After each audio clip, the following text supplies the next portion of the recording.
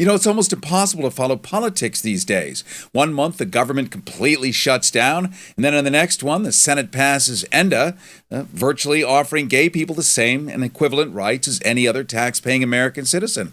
Well, who better to talk about civil rights, where things are going, and where the elections will end up in the next couple of years than former Vermont Governor Howard Dean, former presidential candidate and former emeritus chair of the Democratic National Committee, Howard Dean. And Governor Dean, let's just talk for a moment about what's going on with these rights, and where do you see it going now in the future? I've always thought that, I thought as a result of what I learned from doing the first marriage equality bill in Vermont in 1999, or 2000, I guess, that gay rights is the canary in the coal mine of human rights. If you can be, for a lot of people, it's different human rights, but in most societies, the hardest bridge to cross is the gay rights issue. And if you can be good on gay rights, you're going to be pretty good. If you can't be good on gay rights, you're really not much of a civil liberties person. I think Hippocrates would be tap dancing right now in that you're a doctor, you're a physician, your oath is not only to do no harm, but correct harm whenever you find it. And for you to be consistent with that, as you have for so many years, we're starting to see the effects, I think, of your influence, particularly in the DNC, the Democratic National Committee, as the chair. The way you look at the world, the way you impress your psychology upon it, we're starting to see outcomes. We have the Supreme Court recently granting gay people rights to get married in California, while simultaneously, the day before, disenfranchising maybe 40 million people of color. Bittersweet indeed. Does that, I wonder, split the Democratic Party, since both empirically probably are Democratic voters? Good, no, bad? I saw something, I forgot who wrote this, but I think that, first of all, there are two things that matter.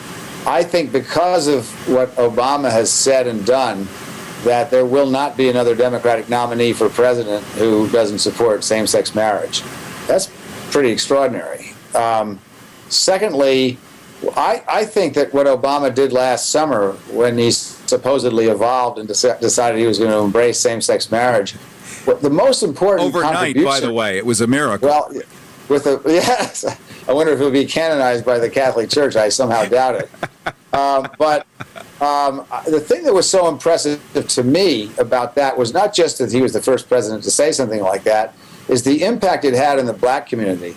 You know, the minority communities in this country are a little more socially conservative. Latino and black, Asian American immigrant communities are a little more socially conservative than some of the other folks. And for Obama to say that, he waded into it, not just a national debate, he waded into a debate in his own community about this. It's a really big deal. And there are a fair number of African American preachers who aren't so great on gay rights issues. And there are others who have really understood for a long time that civil rights are civil rights, and it has nothing to do with whether you're comfortable with people or you like them or you don't like them. Everybody has to have human rights, or nobody has real human rights. And for Obama to say what he said last summer, I thought was so exceptionally extraordinary, because it moved the debate so far down the line in the African American community. It was a very, very important thing. So it turns out that this president probably hasn't gotten enough credit for the risk-taking he did and the devotion to human rights that he has. And I certainly have been critical of him on things like healthcare, but this is a really big deal. I'm wondering what, speaking of the day before, people in California, gay people, my people, got the right to get married again. Now we have to find a boyfriend or a partner. Maybe you can wield some influence in that direction for me. I certainly... the Yenta of the gay community? Great. I'm wondering what Congress, who does have an interest in the 14th Amendment, which gives us a level voting playing field, having everybody in Alabama and Mississippi and Texas now at the whim of, now you got to stand on your head, do a little Jim Crow dance, recite the Declaration of Independence in Pig Latin, et cetera, in order to vote. What do you imagine Congress is going to do to try to bring us back to everybody gets to go vote equally now? I don't think Congress is going to do anything, because the right wing controls the House, and they have no interest in this. They're the ones that took this, the ALEC, the American Legislative Exchange Council, or whatever it's called, funded by the Koch brothers, basically is behind all these bills that are taking rights to vote away. So I don't think you're going to see that. Alec really essentially is one of the sort of the group of people who are running the Republican Party in the House. I think what you are going to see, though, is what this is a pathetic attempt of a dwindling minority to hold on to their power. It's not going to happen. This country is changing too fast. There are many more different kinds of people that are Americans today than there were these folks that were growing up. And a lot of this is this politics of resentment, and it's not going to succeed, and America is a better place than that. And so it's going to fail eventually because demographics are going to overcome them. What they're doing is postponing the inevitable, which is growing up and behaving themselves and understanding that America really is a diverse place. It's not okay just to say it. We actually have to live it. So I think Obama's second election has been really critical. Not the first one was critical, but the second one reaffirmed that this country has changed forever, and I think in a very positive way. Well, and we could certainly... And so the Voting Rights Act, which is a travesty, I mean, this is an extra constitutional court in many ways. They don't really rely on the Constitution for their major decisions. There's nothing constitutional in there that suggests that they couldn't have voting rights. What they really should have done is say it's unconstitutional to apply it to a few places, so we're going to apply it every place. Right. Because everybody ought to have a right to vote. But they didn't do that because they have a political agenda. And if you have two groups, the people of color and the gays, one gets disenfranchised one day, the other one gets enfranchised, and they're both likely to vote Democratic, and somebody, let's just fantasize, you were to run again for president, that's a fantasy that many of us would like to see, that disrupts a big voting bloc, potentially. Well, the problem is they've overlooked the worst thing they've done is not just diss the people of color in the gay community. The stupidest thing they did was diss the voting bloc that's the majority of the population, which is women. They're busy trying to strip women of every possible right you can think of, And they're just doing strip it. women, period. Yeah, I mean, North Carolina, Wisconsin, Texas, all run by extremist right-wing governors. And it's outrageous what they're doing there, and they're going to get clobbered. I mean, there's not enough voting rights districts. You can redistrict all kinds of people, minorities, but it's going to be really hard to redistrict women out of your voting districts in Congress. And I mean, I just look at this and I say, what is this talk about rebranding the Republican Party? You wanted to rebrand them as the Taliban? Because that's what they're doing. It's unbelievable. I'm laughing because I agree. I'm not laughing because that's funny, even though it's funny. Well, they're going to lose, assuming we continue to be a democratic nation. I mean, this is the last dying gasp of the rump of the Republican Party, and there are actually some fairly enlightened Republicans, most of whom have been driven out of the Republican Party and register as independents these days. I mean, I know a lot of Republicans who can't vote Republican because of this craziness: anti-women, anti-gay, anti-minority, anti-immigrant, anti-Muslim. I mean, by the time you end up all these groups, you're vying for 35% of the electorate. It's crazy. Yeah, and as the rump, I mean, you look up the word fundament, it means rear end, buttocks, ass, whatever, in the dictionary. So a fundamentalist would be one who speaks... I have to say, I didn't know that. You're welcome to use it. Thank you. I appreciate that. Well, are you allergic to imagining possibly running for president again? Well, what I've said is I've said a number of things about that. You never say never in politics, but once you do it, you realize how incredibly hard it is. The first time it was easy for me to get in. I just thought, I'm going to do this. And it's really hard. So, I think I'm inclined not to. And I actually think that we don't often go back a generation in this country. We have a president now who I don't agree with all the time, as you well know, but who represents a new generation. And the new generation, these young people under 30, under 35, put him in office.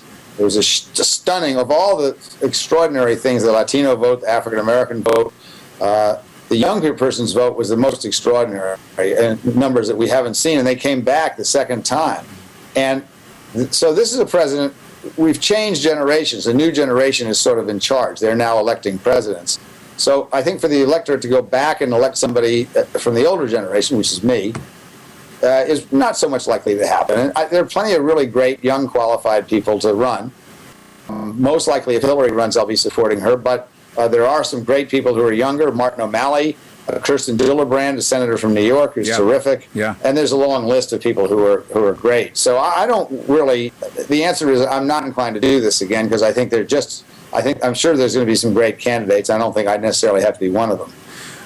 On the other hand, some of us think it might be a necessity, but I'll leave it at that. Quick thought. You mentioned the younger people, and it is critical. We've got 80 million, roughly, millennials. Many of them carry loans for, what, $80,000, $100,000 just to pick up a textbook. And Congress decided to go on holiday when the debt for them, or the interest payments, basically doubled. That's a rather appalling thing. If you live in Europe and look at it, you go, you're kidding. We live here, it's like, well, yeah. But, 80 million people. I wonder what we can do about that. Well, I think Elizabeth Warren has the best bill. The United States lends money to the banks at the current interest rate of 0.75%. Seems to me our students ought to get the same deal. That wouldn't cost us money. Everything we make over and above that, we're just squeezing out of the students. And here's the long-term implication of this. I believe this is going to be the next really major financial crisis. There's over $1 trillion worth of debt out there. And I think pretty soon it's going to become so oppressive to these students that somebody's going to go on, one of these change.org or purpose.com or something like that, and they're going to arrange a group of folks, and you're going to get 500,000 kids who say, I'm not paying. And then what are you going to do? You can't throw them all in jail or whatever. So I see this is already a crisis that's gone too far. This is a bad way to finance higher education. The higher education establishment is partly responsible for this. This is not just kids who take on too much debt. Yeah. The Republican candidate for president last time was saying, get the best college you can, and then get money from your parents. Go borrow the money. Get it any way you can. Well, that's the wrong advice. So I think we're already involved in a major crisis. It's going to get worse, and probably there's not much Congress can do about it. But I do think what they should do about it is pass Elizabeth Warren's bill. And she certainly is admired by so many of us and has the ear. And I know that you're putting out the right mojo and Disney magic there, without Disney, of course, to make sure that the right twinkle is heard. Do you feel that the wrong people are a little more open to doing the right thing? Do they get that they're exposing themselves to collapse and calamity, chaos, collusion, cabal? Washington has always been out of step with the rest of the country. The trouble is the internet is moving everything so fast that Washington is now further behind than they've ever been. This is like having a group of people who are informed by the Pony Express. I mean, it's incredible. They just have no idea what's going to happen to them because they have no idea what the real problems are, because this is not a generation that ran into this kind of debt. And a lot of these folks in Congress did work themselves through college. It's not the same thing. The debt levels here are enormous. There's people graduating. I know a state legislator, for example, who went through law school. She has something like $200,000 worth of debt, and her income is, I don't know, $25,000, $30,000 a year. You're never going to pay that off. Well, you will in 80 years. No, you can't even pay it off in 80 years and eat. And God forbid you have children and want to send them to college.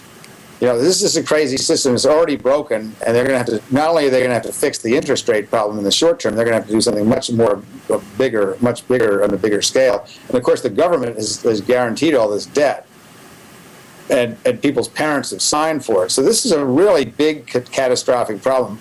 In the long run, this may cause more trouble than the deficit. I would think. I mean, you have people who are agitated because their basic needs are not met. Maslow's hierarchy: food, water, shelter. When people feel that they actually need to do the things they need to survive, they'll act out. We can't say what that looks like. We've certainly seen lots of behaviors in the last year at schools and horrific, unimaginable things going on. But you've got a country that's armed with some 310 million guns that we know of, and a lot of people who are hungry, angry, lonely, and tired, and a Congress that acts like House of Cards, living. Isn't that a wonderful show, by the way, on Netflix? I haven't seen it yet, but I've heard it's unbelievable. Trust me, you'll love it. And they like you in that show, so you'll love it twice. All right. So you've got all this agitation fomenting. I wonder if these same guys that are misbehaving because they're clueless would actually try to crack down then on 80 million people who are just trying to eat. I don't think so. I think. I mean, really, basically, you're asking me if there's going to be a vigilante reaction. There could be small, isolated incidents of that by people who are armed to the teeth, but the students are not likely to. I don't think we're going to see armed insurrection anytime soon in the United States.